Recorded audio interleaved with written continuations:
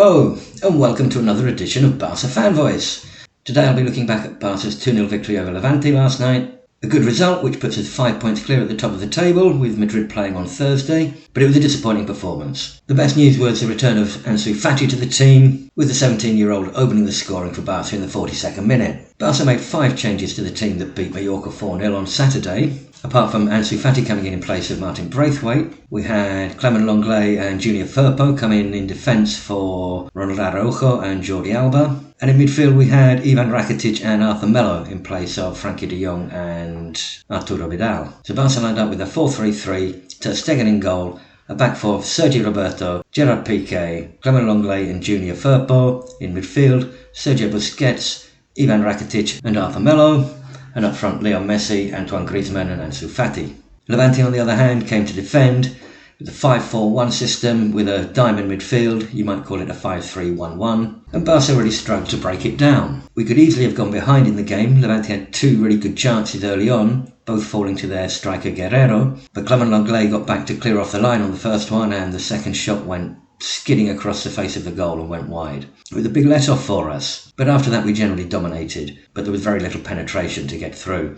A couple of crosses from the right, there was a header from Griezmann that went over and Messi headed one wide, but the midfield seemed to be lacking a bit of creativity to find the passing behind the Levante's defence. The breakthrough came just before half-time when Junior Firpo got forward, spun through a couple of challenges before feeding Ansu on the edge of the area, and the youngster shot through the defender's legs and into the far corner for his 5th league goal of the season. I should point out here that at the same age, 17 years, 7.5 months, which is Ansu's age at the moment, Leo Messi still hadn't scored his first goal for Barca. Now, of course, this doesn't mean that Ansu Fati is going to be a better player than Messi, but it's quite an incredible start for his career at such a young age. The goal took the pressure off Barca, and the second half began, again with Barca dominating possession, but not creating a lot of chances. Levante never really looked like coming into the game. Barca brought on Semedo and Suarez for Sergio Roberto and Ansu Fati, and a little bit later Vidal came on in place of Sergi Busquets, which meant Rakitic moved back into Busquets' position. Antoine Griezmann scored a goal which was disallowed for a previous offside on Semedo, and then shortly afterwards Messi went on an incredible run into the area. He got clipped on his left leg. Some people said it wasn't a penalty, but you can see here the contact on Messi's left leg, and Messi coolly converted the penalty to make it 2-0. Quique Setien then brought on Riqui Puig and Umtiti in place of Arthur Melo and Piqué. Good to see another chance for Riqui Puig. He looked sharp, he looked lively, and let's hope we can see some more minutes for him soon. You might have thought that with 2-0 Barca would have been comfortable and keeping possession and just controlling the game, but the last 10 minutes saw them pick up 5 yellow cards, which was rather disappointing in such a position. We got a yellow card from Titi, who missed the game with Sevilla on Friday, and with Gerard Piqué going off with an injury after receiving a boot into the top of his shin, we may have a problem for a centre-back partnership on Friday. There's no news yet on Piqué, but I imagine it's just a knock and he should be fit if there's no complications. Other negatives from the game, well, we only had 5 shots on goal in 90 minutes, from 10 shots in total. Not a great return against a team who's now bottom of the table. Luis Suarez was disappointing in the 40 minutes that he played. We really didn't see very much of him. And Antoine Griezmann was again a little bit off the pace. He did take the goal well, that was disallowed, I have to give him that.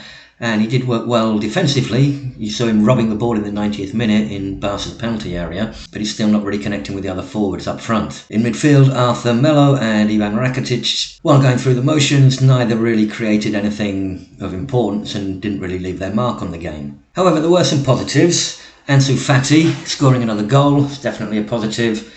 The guy looks like he's got a fantastic future for us. I was also impressed with Semedo when he came on.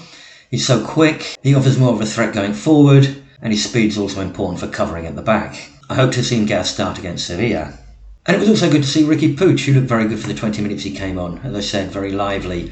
Perhaps we need some of that youthful energy. And another thing worth mentioning is the fact that in just 2 games we've used 20 players. Quique Setien obviously realises with so many games coming quick and fast, we really need to use all the squad members. It's good to see some competition there. Finally, a word again on the atmosphere of the game. Seeing Barca play away, I didn't really notice it so much, but playing at Camp Nou, you could tell the atmosphere is not the same. You get used to your stadium, you get used to the sound of it, you get used to the songs that are sung, and the artificial sound just doesn't do it. It seems we're going to have to put up with it for a while, but it takes the passion out of the game, and hopefully we'll see fans back in the stadium very soon. The 5 substitute rule is also making a difference. We're seeing more early substitutions, And as I said on Monday, it makes it a little bit more complicated to follow the game. The other strange thing is seeing the substitutes wearing masks. I'm really not sure why this is necessary if all the players have had tests. They run around on the field, they celebrate the goals, they give high fives and hugs and things, and yet they go off the pitch, they're sitting 2 metres away from other players and they have to put a mask on. Surely when you've been running around on the pitch for 70 minutes and you go off, you want to have a good breathe to get your breath back. And I don't see the mask helping this. It seems as if it might be more aimed at the public, this. Almost a reminder to us all of what the new normality is supposed to be like. But as we seem to be seeing more and more, there's many contradictions. You can do some things, you can't do other things, and not a lot of it seems to make sense. Well, that's all for today. I'll be back on Friday with some more. If you like the video, give it a thumbs up. Subscribe to the channel if you want more updates, some match previews, some match reports I'll be giving. And I'll be back on Friday with a preview of the Sevilla game. Madrid, of course, are playing at home to Valencia on Thursday night. We've got a 5-point advantage. It could be down to 2 by the time we play Sevilla. This could turn out to be our biggest game of what remains of the league season. So until Friday, look after yourselves. Biscal Barca. Bye for now.